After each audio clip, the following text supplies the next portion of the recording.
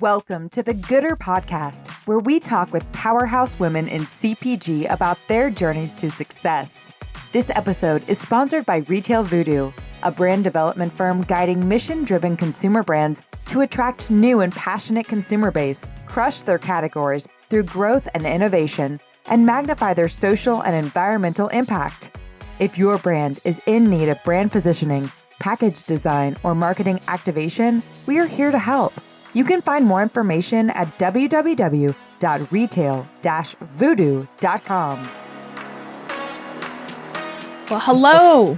Hello, Diana Frake here. I am the host of the Gooder Podcast, where I get to talk with the powerhouse women in the food, beverage, and wellness categories about their journeys to success and their insights on the industry.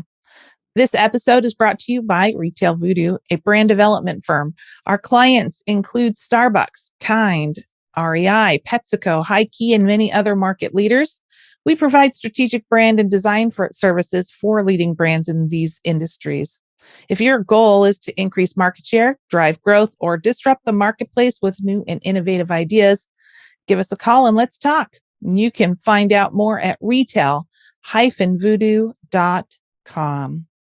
All right. Well, today I get to introduce you to Nina Tickaradze, who is founder and CEO of NADI, a certified women-owned enterprise and social venture with a mission to create jobs for displaced refugees. NADI, it is NADI, correct? Yes. Yes, produces organic juices and healthy snacks that are sold in grocery stores, supermarkets across the U.S. NADI's products are inspired by ancient Georgian health traditions and old family recipes.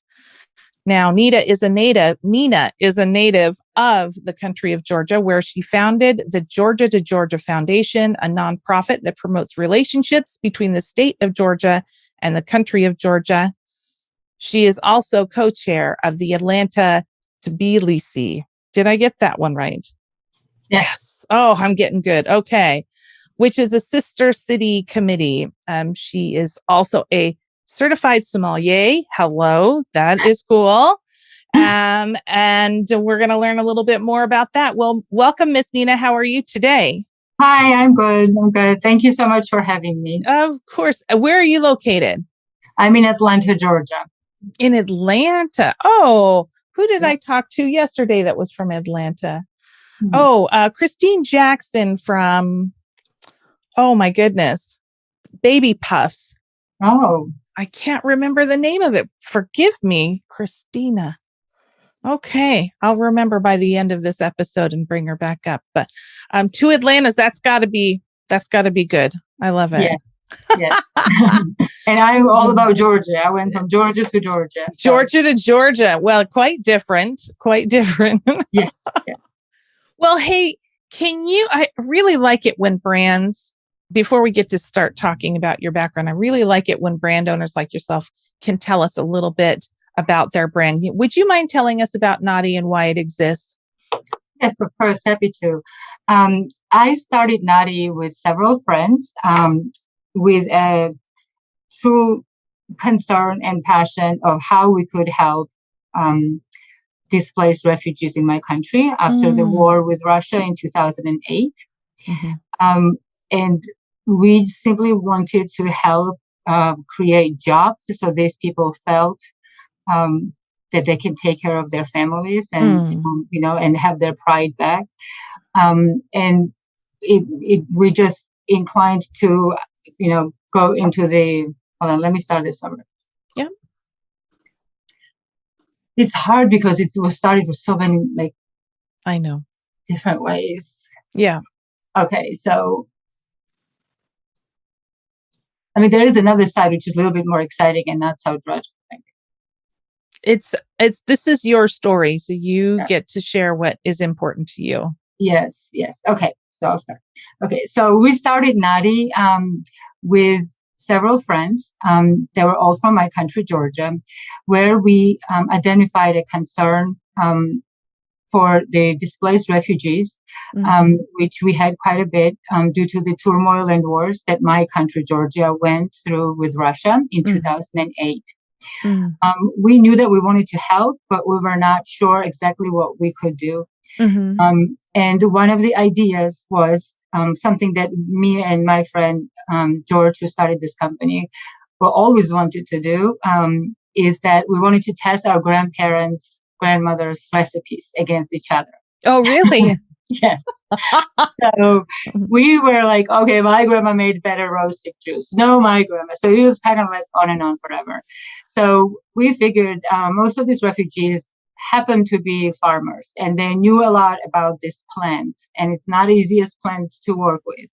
But I knew that to be successful on the US market, you have to have something very unique, and you have to have some type of funding and a purpose so that you are heard and you inspire. Those three things for me were vital.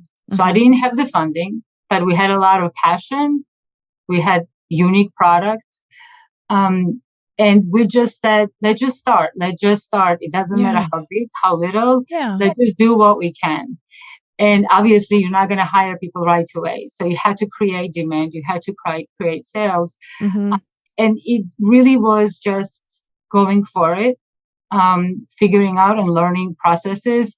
But little by little, this company has become such an amazing part of my life because it ties in so many of things and qualities that I love about what I do every day. So I'm so glad I took the risks. I'm so glad that I worked so hard. Now we do have quite a bit of full-time employees who are refugees. We also do a lot for community. So little by little, we're going to get our dream, and hopefully we'll be able to create a lot of jobs for people. Very. I can assume that right now, because of what's happening in Ukraine, that there's some sort of emotional connection going on right now with the Ukrainians, and I'm sure with the Georgians, different circumstances, similar circumstances. It's like a different enterprise than most people, right? This is a social entrepreneur type of program, right? You're going into the business not because you've decided you found this great idea and you're going to make $1 jillion.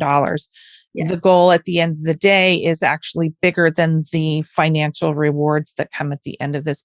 Do you need to make money? Yes, because you need the money to finance and invest against your desires. How is it difficult to separate the emotion from the tactical when you are working on a project like this? I feel like that's such a bonehead question. No. I totally get what you're asking. So this particular situation with Ukraine definitely affected us on a human level, on a personal level, but also on a day-to-day financial level. Our bottling factory was in Kiev. Oh, my goodness. So as a small business, you anticipate many things. You jump over many hurdles and you think you are amazing for creating new solutions. There's only so much you can do with the war. I don't think you can really prepare for it. So we lost a lot of inventory. We lost a lot of time because this was not something we had prepared for. I learned very well that turns out I'm incredibly professional and good at crisis mode. And once the crisis settles, I realized that I just and then it hits me. So that passion and dedication that me and my team have for this company, it was amazing how much we had to put aside the emotional and figure out what we're good at. And we're good at solving massive problems. And we did it within 3 weeks of destroyed factory. Wow. We found a partner in Turkey. We found just enough finances and support from friends to be able to do this. And it's not the easiest thing to get a corporation or manufacturing to start running your product in 3 weeks. And so I feel like we had to do that. We had to divide up our emotions, our mental state, and solve the problem at hand. And once we did, then we could all of a sudden realize that, oh my gosh, this is where we come in. This is what we can do. We know what to do and how to help refugees. We know how to raise money. We know how they need housing, how much they need cars, not just cars, but they need trucks. Like all of a sudden we started understanding that, oh my gosh, everything that we've learned through our own experience in 2008 and from then on, now we can help others. So that's been an amazing journey to become a resource for others. And once again, you have to divide it up. But that passion and that mental state is what drives you to figure things out. Yeah. That's amazing. I'm having a moment here in my head. My father's family, my father had me when he was quite older, but my father's family, my father was a Holocaust survivor. He lived in Central Europe during World War II and was shipped out to the outskirts, and he had the star and the whole bit, and survived. But when we were kids living here, of course, in the US, we took through a lot of families that were refugees from different countries, mostly through Central Europe. And it's just dawning on me, listening to what you're hearing, that it's not just the passion to help, but that you know, the connection to these people is different. It's not about helping, really. I mean, it is about helping, but it's like you understand what's happening up here. You understand what's happening in the heart and the head and everything. Yeah. And I hadn't thought about it that way before. So thank you for sharing that. Yeah. So I think after all of this, I told my team, I don't think I'll be scared of anything anymore. Wow. So bring it on. Yeah. Oh my goodness. That's an amazing statement right there. Okay. Yeah. So when you were going through the beginning parts of this venture, when did you know that you were going in the right direction? When did you know this is the right idea, this is the right product, this is the right... 100%. I know exactly when we brought in our first, we could not afford to bring a whole container. So we brought in half a container, which later we learned was very silly to do because you end up paying for the full transportation. Yeah. But we did it, and we went to Miami to a food expo. And I've done a lot of expos in my life due to having career in marketing. So I thought I was going to be a pro. I know how to do, flyers and the banners and, promo items and, everything. So I had that all down. And we go into this expo, and I told myself, okay, you're going to count how many people hate your juice and see what the reaction is. And you're going to be honest with yourself that if people don't like it, you're not going to do this. So me and my sister and my cousin, we started, serving the juice as people walked by, and people were ordering, and some people were asking if I can buy some here. And I think at that time, maybe we sampled over 500 people. And we had one person that said that she didn't like it. Out of all of them? Out of all of them. So I looked at my girls and I was like, oh my God, we are golden. To have so many personalities just walk by without knowing us, not really knowing our mission, not knowing what rose tip is at all, to try it and simply like the taste. That was important. Because as a social venture, people will buy your product one time because they feel sorry or compassion, or they feel like they're going to be part of some kind of good story. Yeah. But if your product doesn't taste good, they're not coming back. Yeah, no velocities. So one and done. That's the end of that relationship. So we knew that our product had to be very, very high quality. And I will tell you this, that in my country, it's not the easiest thing to produce an USDA organic product. There are only very few of us. I think we may be the second drink in the whole country that has that kind of certification. Really? So yes. We were first, and then there's another one, I think, now. But it was vital for us to bring to this country a product that was high quality, that was certified organic, and we would take that market share at once. Really? Yes. I mean, there is no other rose hip juice on the market at all. Well, I'm in my head. I'm over here. I wrote down here in my notes. I'm like, we didn't actually circle back to find out which grandma recipe won. Neither. It turns out that our grandmas loved sugar. So we were very disappointed. And we had to quickly figure out how to make this healthy, because I definitely wanted this to be healthy. And rose hips, so I can tell you a little bit about why it's so important that I started this particular drink. Yeah, please. Yes. So rose hips have one of the highest concentration of vitamin C. They have barely any fructose. I've been told that there is almost no fructose at all. Interesting. So you have this fruit that people for centuries have been drinking as a tea, eating as a jam, making into a soup in Switzerland, so that they would get vitamin C, which is so important for immunity. And this was something that my grandma would make me drink every day, before tennis, after tennis, before school. Oh, you have a headache, get rose hip juice. Your stomach hurts, get rose hip juice. So when we started this, I was like, I'm going to do a lot of research. And I asked a lot of my friends and a lot of professional researchers to dive in and really get on the bottom of this. Was grandma right? Or this was like my country thing? And turns out they were very much right. It has so many health benefits. We were mesmerized. Like, it just has so many health benefits. And that was very important to showcase when you're bringing something new to the market. Yeah. So to dilute that with juice, with sugars, or anything else, I would just do everything possible not to do that. So anyway, none of the recipes worked. We had our own. Poor grandma. but it was a good experiment. Yeah.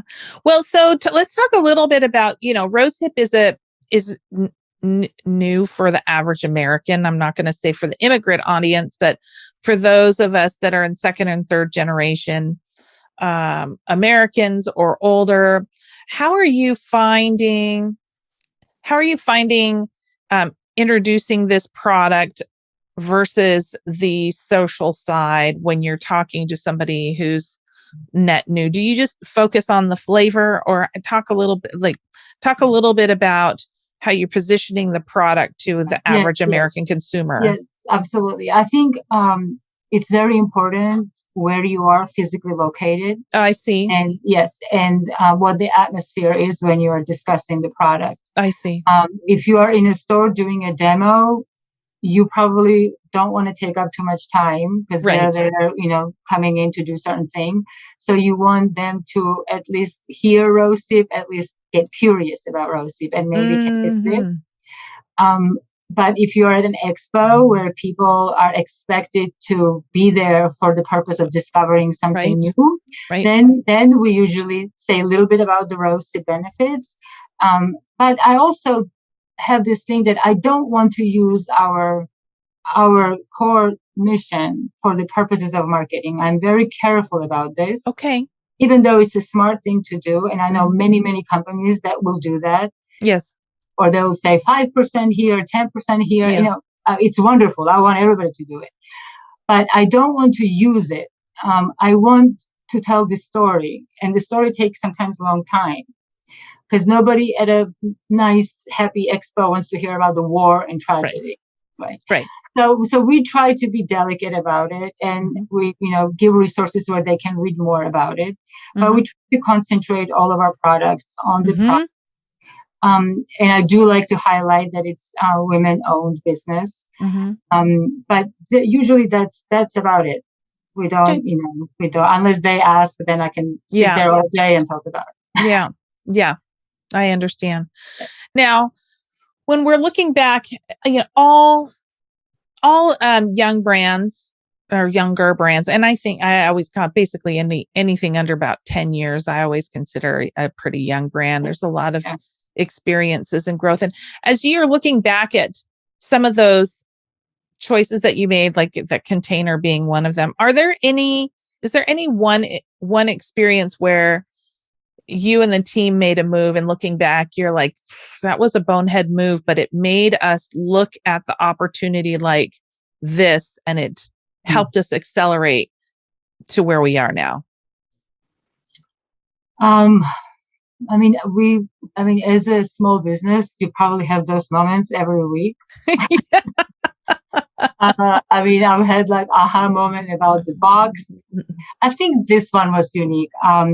So we were trying to make sure that we fit as much product as we can when you bring containers, because we thought they were quite expensive. Now they're very expensive. Yeah. Yes, now it's unbelievable. So we decided that we're going to have each case with 20 bottles. And they're little bottles. So that way we want some space, we could do more. So our brilliant idea. So one time we're reviewing sales. I think it was with Unify, and they're telling me, "Oh, you sold only 120 cases in this DC. You only sold 100 here, whatever." And I'm like so disappointed, thinking, "Wow, like I thought it was so much more." And they don't really give you full data, so you're always kind of guessing. So we got off the call and I started doing my little math, and I'm like, something is just not right. I really have a lot less product. Yeah. And then it hit me that everything that you do in this industry is per case. It's not per bottle. It's not everything they count is per case. So my 20 bottle case is same thing as somebody's 6-pack. So right. Hold on a minute. If I have a 6-pack, does this mean I just sold 600 or what? Yeah. Right. So I called the Unify manager back and I said, tell me a little bit more about the cases and why it's counted that way. And she said, everything in this business is per case.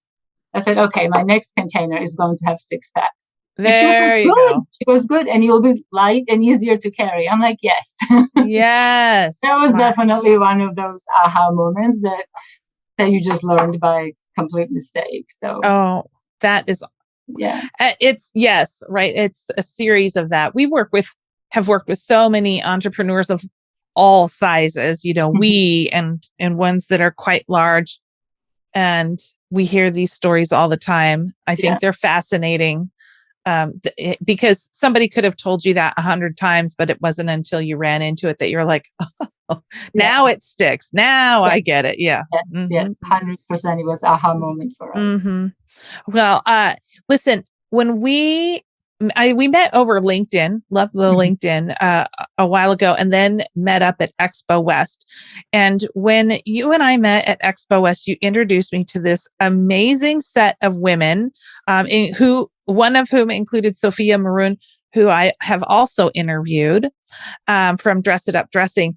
And you guys have like a special kind of unit going on there. Can you share a little bit more about your group, why you formed, and what it is that you're up to? Absolutely. I would love to.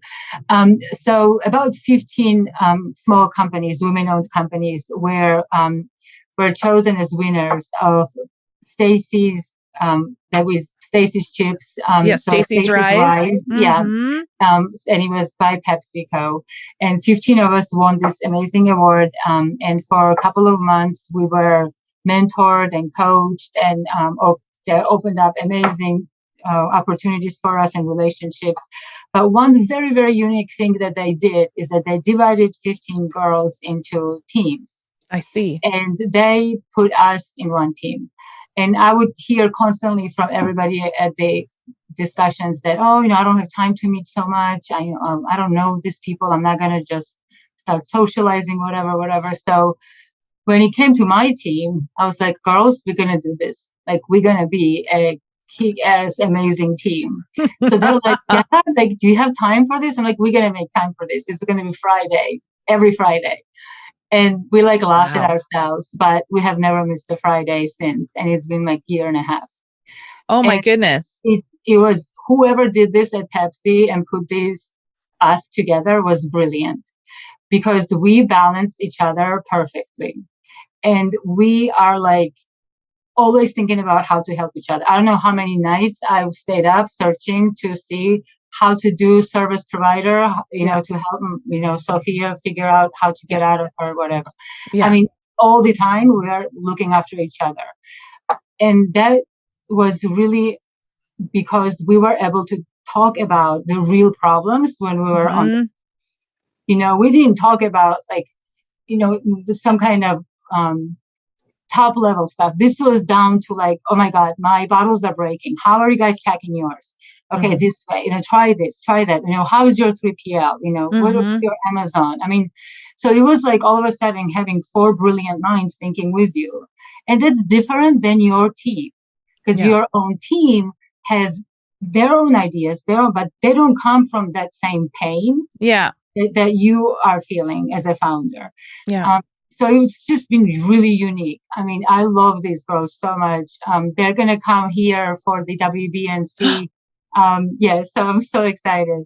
Oh, that's in June, right? Yes, June 7th through 9th. So, yes, and it's been very unique. It's been wonderful. I will tell you, though, this is very rare that 5 people can really commit to something for this long unless they are getting benefit out of it. And I think we help each other so much that it's been beneficial. But I have been in so many other groups and, chats and whatever that it's chaotic. It's not driven, it's purposeless. And then you drop people off very fast. So we've been very fortunate.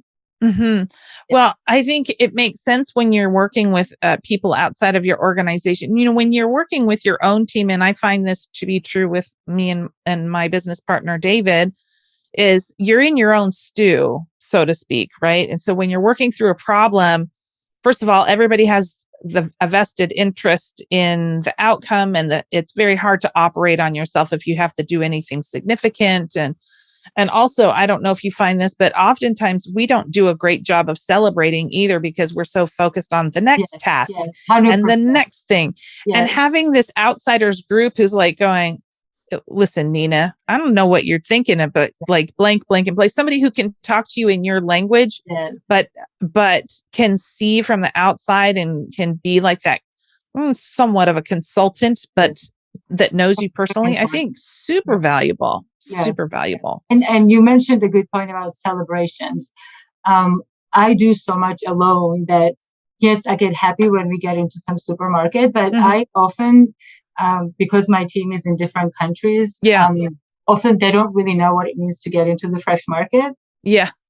Or, Sprouts or whatever. Yes. So they're like, oh yeah, good. What does this mean? So when one of our girls got into Target, I think it was like a Wednesday or Tuesday. So we all texted. We're like, okay, we're going to do a champagne celebration. And we all cried, and it was really cool. We all celebrated. So that's to take time and really, and actually, Sophia is the one that always tells us this, that we have to take time and celebrate each milestone. Because, there are many little ones, but each one took us so long and such hard work. Well, and I will say that it's very true of entrepreneurs to mitigate the wins, or not mitigate, downplay the wins and focus on the things that are broken or need to be taken care of next, because we're kind of trained to do that. Super. And I think this COVID thing personally, while a lot of people feel like I can live my best life in this, and I don't have to commute anymore. Those are all amazing benefits. But I think this lack of connecting with people, I think I'm no sociologist or anthropologist. I just see what I see. But I personally think that in 2 or 3 years of this, I think mental illness is actually going to go way up. You cannot operate in a void for years at a time. We're social animals. 100%. And we need this support too. People think that, this word entrepreneur, like people think it's so exotic. And, one time I was loading some stuff with my poor father, bless his heart. Like, he went with me to warehouse and we were dragging these boxes around, and, my hands are always shaking and they're so blue. And this young guy walks by me and he goes, whose product is this? I said, mine. And he said, that's so cool. That's like awesome. Good, whatever. And I'm looking at him, I'm like, this is so not sexy right now. You have no idea. I'm like, don't let anybody tell you that entrepreneurship is like is anything to do with fun or, or easy. Nothing is easy No. in this place. So you have to consciously understand that you love what you're doing. Yes. And then make it fun. Yes. And these kinds of relationships, like with Pepsi Girls, those are so important because you're so alone in this. Yeah. No matter how many people you have on your team. Yeah. So anyway, I always hear this, oh, you're an entrepreneur. I'm like, for me, that means like, neither you know my pain or you don't. But there is there's very few rewards. Yeah. Yeah. Well, the rewards are different. We're masochists. Let's be honest. That's a good way to say it. I've been trying to avoid. We enjoy our pain. Something about it. I know. Sometimes it's so at the point where it's, you have to question everything from religion to purpose. After 19 hours of work, I didn't even know there were 19 hours in a day. But when you do it every day, you're like, wow, it turns out humans don't need sleep, don't need to eat. You really don't. You really don't. I'm in school right now, so I am living that dream. This entire week, I've had 4 hours of sleep every night between work and school. So I get it. I get it. But I think it's important. Like, I feel like when I went into this business, no matter how I thought about a business or social venture or whatever, I really didn't have people around me that had done anything like this. Actually, I didn't know anybody in CPG world at all. I didn't even know CPG, or I had to Google it. So I didn't have anyone that came up and said, this is going to be hard, Nina. Are you sure you want to do this? Like, here are the things that are going to be really hard. And I would have probably said, oh my God, it's okay. Like, I'm so excited, whatever. But nobody really tells you the pains. Everybody tells you how so-and-so in 10 years became boom, how so-and-so sold juice in like 5 years. And you hear all these things, but the reality of it is that that's probably 1% of all of them. Right. And it's really hard. And like, I always tell myself, Nina, none of this is going to be easy. But this is what you want, and you really want it. So there is no turning back. It's a calling. Yes, 100%. You know what I mean? It's like there's something that is calling you to do this work. I get that. Yeah, I get it. Yeah, and it helps that it's social venture. It helps because you can't be late. Other people depend on you. You cannot be late. You cannot. Yeah, that's the truth. And the larger you get, the more and more people depend on you. Yeah. Well, so when you, we were talking before we started recording, you were talking about some things that you could pass on to other women or other entrepreneurs in business, kind of like some advice about how different ways that we can show up. Like, I think that one of the things that we said is it feels like women in business are expected to show up a particular way. And my example was, I'm doing some interviews and I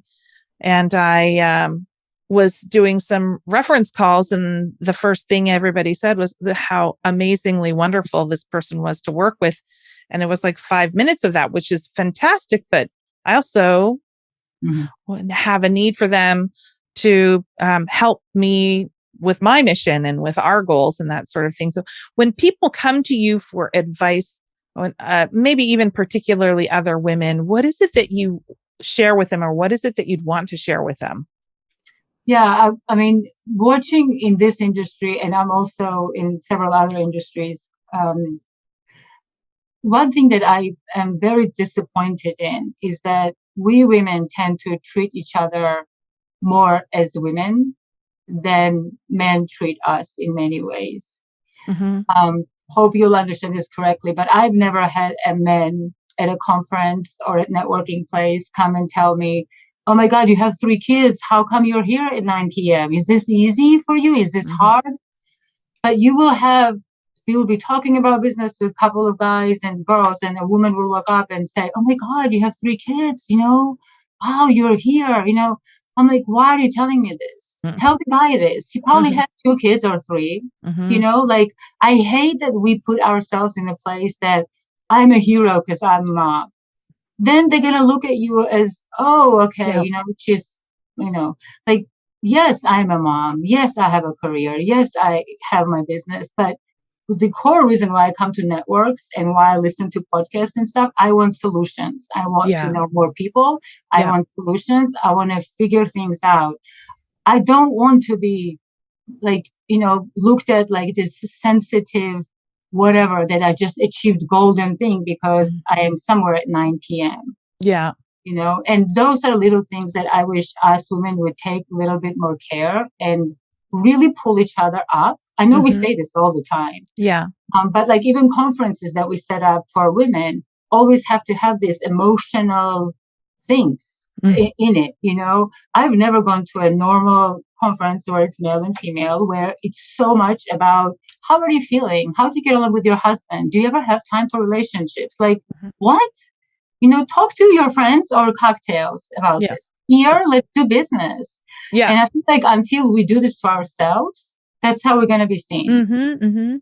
So little by little, I always tell, and that's why I love my, the Pepsi girls, our team, is that we really treat each other as absolutely equals in all the pains. And in the, in the difficulties of business. But yeah, I just wish we would really look at each other and really just help each other in business. Yeah, for sure. And I can see that where, I think how I might say it is, what I think I'm hearing is Nina is saying, we should, as women, we should look at each other as business professionals or entrepreneurs or game changers first when we're in the environment of business, and the mom second. And not in that there is a priority by way of what is more important, but there is something that what is more important in the moment. And that's what I think I'm hearing is like, lean into who am I as a business owner or as an entrepreneur or as a business leader when we're here in this moment talking about business. But this man that's standing next to you also has children and a spouse or a family at home that they're caring for. And we give them opportunity to talk about it too. But we're here for business, like business.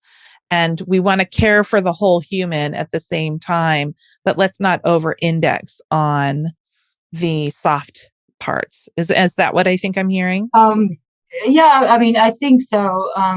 I think just day to day, I think every woman knows the secret that we do 1,000 things more and better than men. 1,000 things. Yeah. I don't know how many times I've told my husband, like at home, my responsibilities are 2-page long. And yours is not even close. And you're complaining, So we know the secret that we are miracle workers. So when I'm in a boardroom and I have 10 men sitting next to me, I don't want them to look at me and say, "Oh, honey, don't you need to go home and fold some clothes?" Right. Oh, that would make us mad, wouldn't it? Right. But then a woman tells you this in front of the board. And you're like, wow, why did you just do this? Yeah, exactly. I mean, and it probably comes from heart and concern. Yes. But in that moment, I need you to be stronger than all of these people in the board. Yeah. You're the only girl I've got. Yeah. So it's weird. Like, I wish that we would just elevate the partnership to the level of business, survival, how we're going to kick booty in this industry. Everything else you chose this. Nobody made you come out here and leave your kids at home. You chose this, you love it, you have a passion. So let's take this to the next level. But I don't know. I just, sometimes it's just people, they do what they do. Yeah. Yeah. I get it. Well, let's talk a little bit about what's next for NADI. Now, we've talked a little bit about the juice. I know do you have a bar? Is that what it is that you have right now? I have chips. I have apple chips.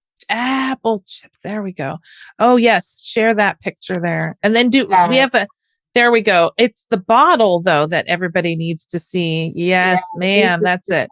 So this is the one that doesn't exist anymore. Oh, shoot. You're going to have to keep that one. It's okay. But yeah, apple chips it's a very unique way how we discovered to make these chips.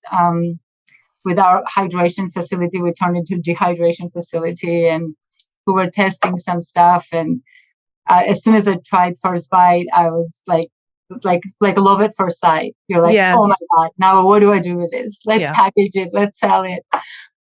So one definitely big thing that came through the industry to me was that I was absolutely crazy to have 2 different factories, 2 different teams, and no funding. Let me remind you.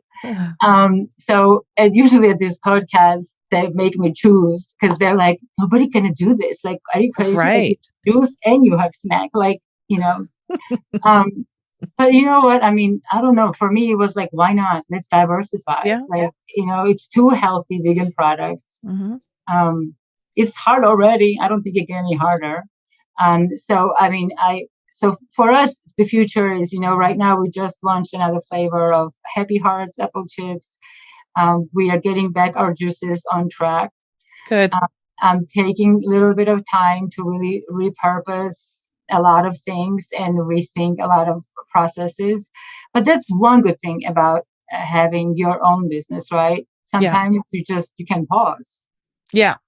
And that's sadly the war in Ukraine gave us that opportunity to pause and rethink. And right now we're in the process of just rebuilding and restarting a lot of things. Mm-hmm. And really, I'm taking it easy. I have my goals that I want to achieve this year, but I'm not stressing over everything. As long as I keep my people employed, as long as we're keeping our sales going. Right now, it's just about rejuvenating, so to say. You know, getting this new juices in with their new bottles, relaunching everything, and really also having opportunity to get chips to variety of types of customers, which actually with juices, it's very much limited, as I found out. But with chips, we have demands from all over the place. So it's been kind of fun. That is so great. I know it's really chaotic for you right now, but it's going to turn into, it always does. It turns into what it should be, right? Yes, I believe that. Yes. Well, Nina, I am enjoying our conversation. We have to start wrapping up. There are a couple questions that I ask everybody. So I'll start with the first one, which is, are there any other women leaders or rising stars out there that you think are doing great things that you would like to elevate or just simply admire in public for the work that they're doing right now? Well, I definitely, you know, I think you have mentioned already my team with the Pepsi team. They are all each individually brilliant. They all have social mission by them. You know, we have Janita's Cookies, we have Dress Up with Sophia, Dress Up Dressings, you know, Maria's Coffee, we have Claudia's Coffee, which actually benefits farmed animals and dogs and cats. And so they all have great social missions, and that's important to me. But one that comes quickly to my mind is Amy Stedman, who runs Beatbox Beverages. Okay. She's young. She's absolutely brilliant, and kind of has become good friend, good resource, somebody I can count on. Oh, nice. Way. But I've been impressed with her innovation, and she does so much for women entrepreneurs. And she's really young. So I love it. I love it. She's tough. In a very tough industry, alcohol is even worse than juices. It is. Yeah, it is. And to bring something so unique, I mean, I just love it. So I think, you know, maybe if you get a chance, you should talk to her. But first, you talk to my girls first, right? Yeah. Yes, ma'am. Yes. So my next question, and these are often related, you know, what brands or trends do you have your eye on? Is there anything out in the marketplace that you find really interesting right now? Oh, wow. That's I'm horrible at this. Loaded question. Yes, because I actually, which is really bad, especially with a marketing background, I actually try to avoid a little bit of market. Okay, there you go.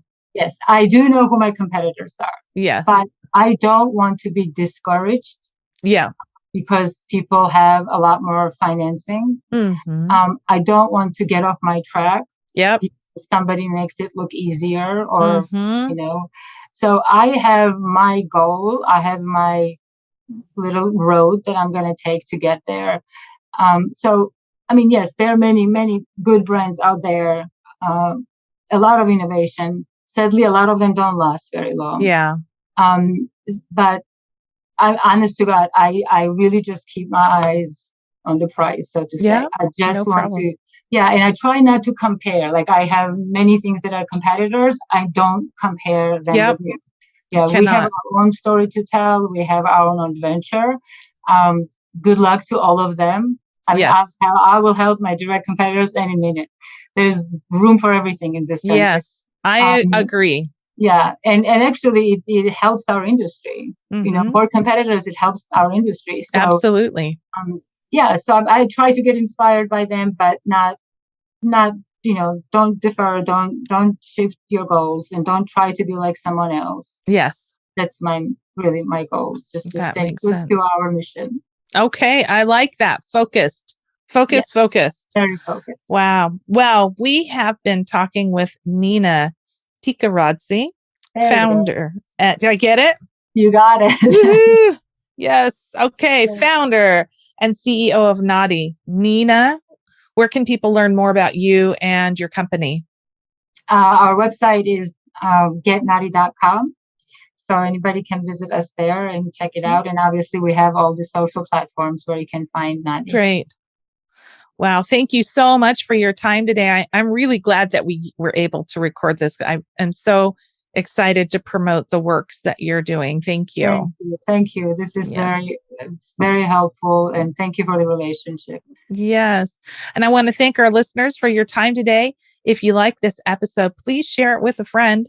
Otherwise, have a great rest of your day. And we'll catch you next time on the Gooder Podcast.